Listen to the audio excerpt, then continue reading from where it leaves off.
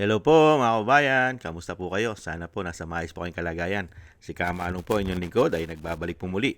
At tayo po magsama-sama magkomentuhan dito po sa Tambayan Makabayan. Mag-umpisa na po tayo. Komentuhan po natin ito pong magkapatid na tulpo. Ito pong si Bendalo at si Rapi Tulpo na kung mag-tip sa Chika Babes ay kulang 1,000,000 mga kababayan. At ngayon ay ubod po ng tapang. Napakatatapang po. Ito pong si Rapi Tulfo ay naghahamon pa sa Senate President Cayetano na magpakita raw. At ito naman pong isa na si Bendalo na tinatawag ay gusto naman pong pasibak. Gusto niya pag-resignin itong si Cayetano. Ibang klase itong magkapatid na Tulfo na ito. Pero pagdating sa korupsyon, tahimik. Tahimik. Pero ngayon ay kiingay-ingay. Kasi kailangan nilang proteksyonan ng kanilang mga sarili. Hindi po ba? Umpisa na po natin. Ito pong si Rapi Tulfo muna, mga kababayan. Painggan po natin siya at naghahamon pa. Dito ka bibili sa mga... Hinahamon ko si Alan Peter Cayetano, kung matapang ka, pumunta ka dito bukas, otherwise duwag ka. Binabayaran kami, kasama siya dyan, lahat kami sa Senado para pumasok dito. Marami sa inyo, kayo lahat, di ba, mamasahe, sumasakay sa tren, bus, etc. Pumasok para masweldohan. Siya, imbis na pumasok dito, sa social media siya, nagsasalita para gampanan yung kanyang supposed to be tungkulin. Pero nung nagsalita sa social media, imbis na magsalita siya na may kabuluhan, na may kinalaman sa trabaho, kundi tirahin kami. Kaduwagan yon. Ngayon, kung talaga matapang siya, pumunta siya rito, dyan siya magyakyak, maghapon, magdamag, hanggang ating gabi. We will listen. Hindi pwede yung sa social media ka, salita ng salita. Di ba kaduwagan yon? Kung matapang siya, dyan siya magsalita. So, para patas. Hinahamon ko si Alan. Kita niyo po mga tambay, para daw po patas, mga kabayan. Ito naman po yung isa, yung kapatid naman po niya. Pagsalitain po natin yung kapatid.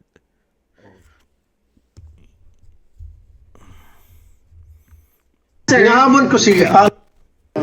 Is he a vlogger? Tanong ko sa kanya, vlogger po ba si Senator Alan Cayetano? Senator Alan, senador po kayo, binoto kayo ng tao, hindi po kayo vlogger. Kung vlogger na kayo, mag-resign kayo at maging vlogger, okay. Mag-live ka lang live hanggang gusto mo. Is he a vlogger? Tanong ko sa kanya. Nakita niyo po, grabe, grabe, parang mga malilinis, walang itinatago.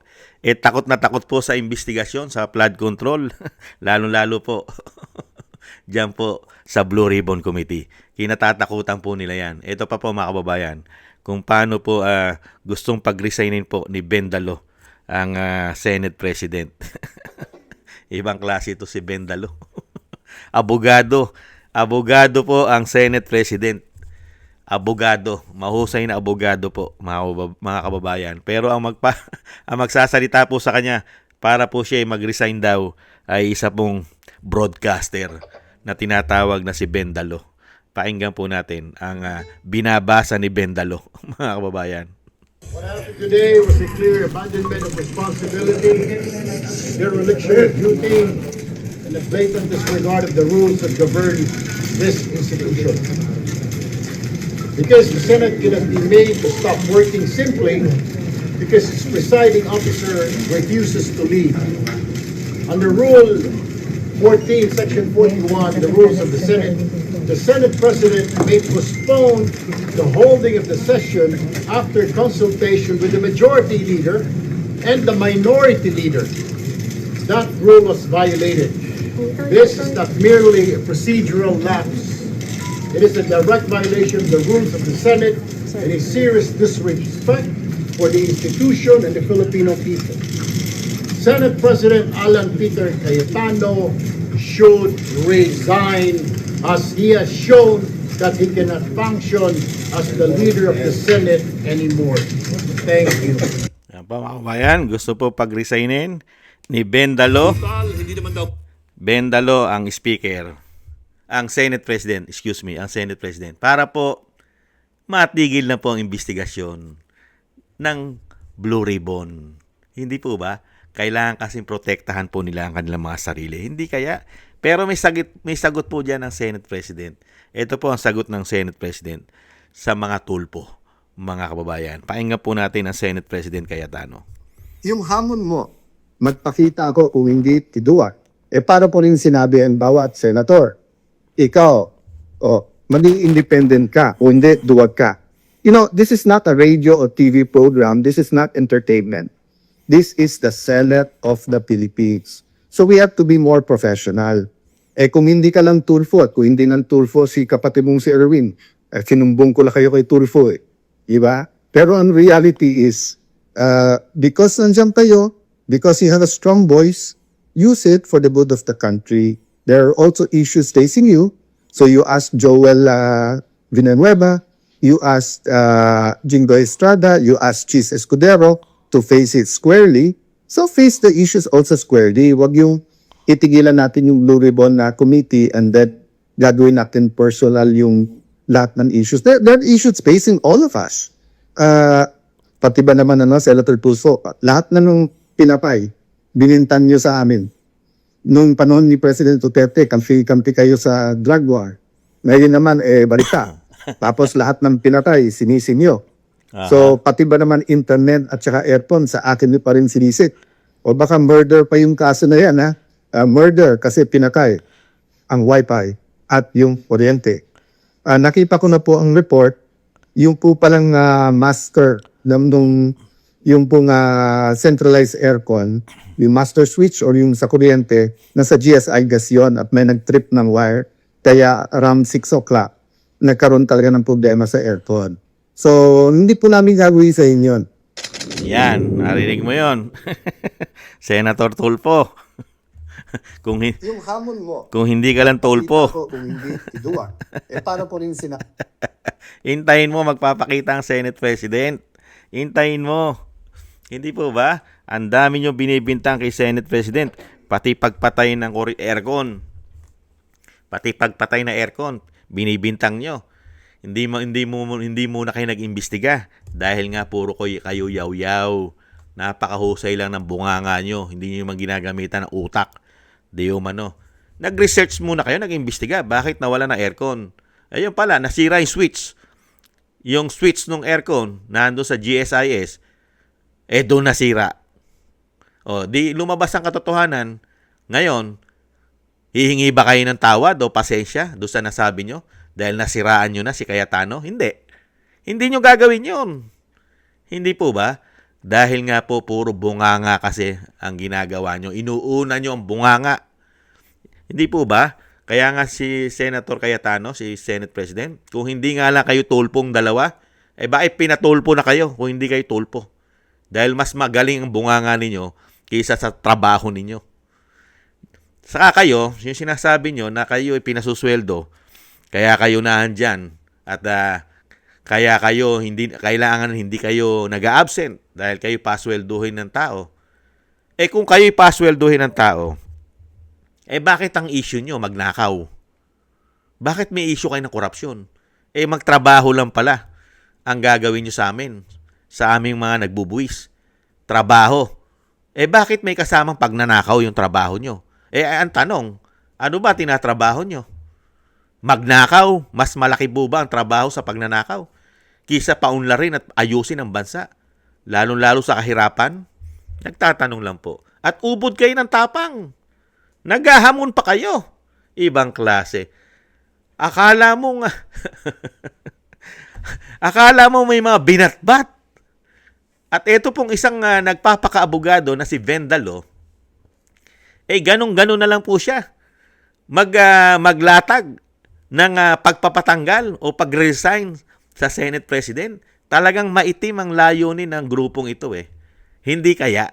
Maitim na maitim. Dati kasi may pinoproteksyonan po kasi ang mga taong ito. Hindi nyo po ba napapansin? Gamitan po natin ng logic. Kaya po ito may ingay ngayon. Lalong-lalo po yung magkapatid na tulpo. Kasi po, itong dalawang magkapatid na tulpo na ito at yung nandun po sa minority 11, yung sinasabing wag magpahudas sa 11, mga kababayan. Karamihan po dyan, hindi po nababanggit ang pangalan sa ombudsman. Lalong-lalo sa investigasyon ng flood control. Hindi rin nababanggit ang mga pangalan ng taong yan sa ICI dahil naka-close ang investigasyon. At hindi rin po nasasama ang mga pangalan ng mga taong yan sa DOJ, sa investigasyon. Hindi po ba? At hindi rin po nasasama ang mga pangalan yan, mga tao na yan, nung ang nag-iimbestiga ng Senate Blue Ribbon Committee ay si Lacson. Hindi po nasasama mga pangalan yan. Lalong-lalo po ang magkapatid na Tulfo at ang kanilang pamilya, ang kanyang anak ni Rapi at ang kanyang asawa at ang kanilang party list na ACT-CIA. Hindi po ba na tumanggap ng 7 bilyon mahigit insertion? Ayon po yan sa Cabral Files. Mahigit 7 bilyon ang kanilang nakuha. Party list, ha? Kaya po napakaiingay ng mga Tulfo ngayon. Kasi, mga kababayan, hindi na nila maitatago ang kanilang mga maiitim na sikreto, di umano. Bakit po? Lalabas ang pangalan nila eh. Hindi kaya, puputok ang pangalan nila dito sa investigasyon ngayon ng Blue Ribbon.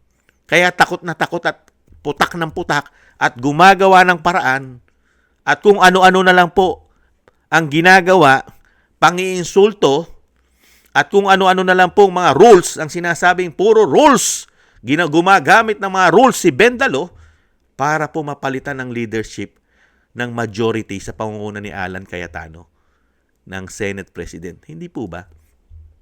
Nakita nyo po yung mga conflict of interest nila. Puro po sila may interest personal. Personal na po nila ang pinaglalaban dito.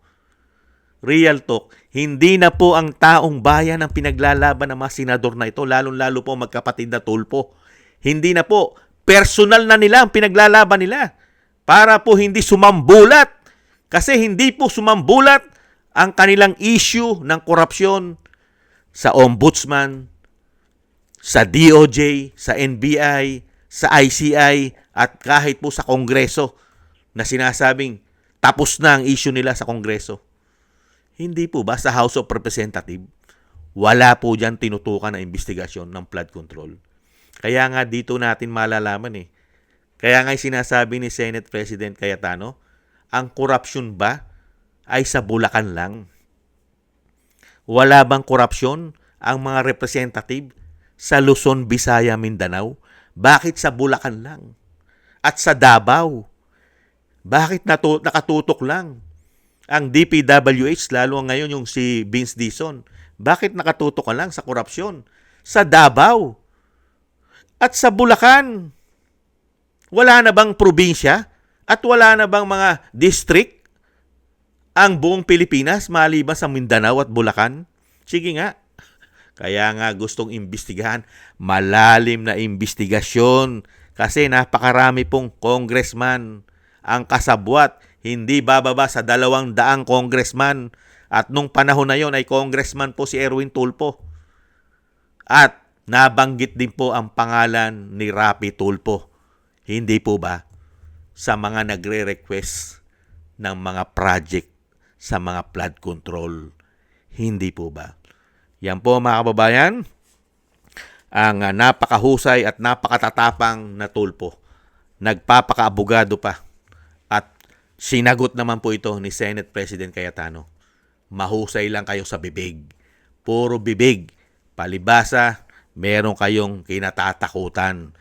Takot na takot kayo na mabunyag at mabanggit ang pangalan nyo sa investigasyon dyan sa Senado sa pagbubukas ng Blue Ribbon. Hindi po ba? At intayin nyo. Alam ni Senate President Cayetano dahil siya po isang abogado. Magaling po siyang abogado. Alam niya po ang mga rules. Alam niya ang mga rules ng Senado. Abogado po siya. Hindi po katulad nung sinasabing napakahusay at hindi raw sila tanga. Hindi raw sila bobo. Mga broadcaster daw po sila. Yun naman po ang pinagmamalaki nila, ang mga Tulfo. Sila po yung mga broadcaster, mga kababayan. Excuse me po. Maraming salamat po mga kababayan. At ingat-ingat po kayo, Senate President Cayetano, dahil grabe po ang kalaban nyo.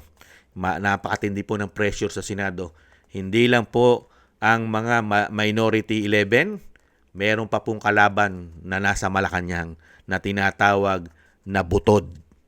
Grabe po ang pressure ngayon sa Senado. Meron na pong mga nagtatago at ayaw mabunyag ang mga sekreto ng mga senador. Meron pa sa Malacanang na nagbibigay po ng malaking pressure na tinatawag na butod, mga kababayan.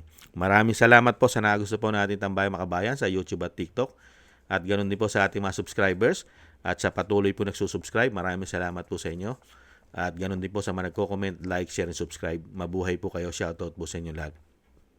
At thank you po sa mga nagbibigay po ng tulong at biyaya. Shoutout po kay Eric Hershow from Canada. Kay Baby Roman at Ate Isa ng Cagayan. Kay Jim Aris from United Arab Emirates, Ani Jo. Kay Gayat Shena, at kay Mary Natividad Blingden from Netherlands. Jesus Valdepena at Rolando Guerrero. Mila Yi, Felipe Shapno from Texas, USA. Rolando Timbol from Alberta, Canada. Ma'am Elby Sermani from North Miami, Florida, USA. Melchorita Espinosa from Orlando, Florida, USA. Arthur Estraniero from USA. Randy Crispino from Pasig. Mika Legaspi at Tessie Mantilla from Kuwait. Frank Zamora from California, USA. Romulo Di Benegracia from Bacolod City. Thank you po sa inyo mga kabayan. At ingat-ingat po kayo sa inyong pumapagawa at God bless po sa inyong lahat. Tiis-tiis lang po tayo mga kabayan at ingat-ingat po. Bye-bye!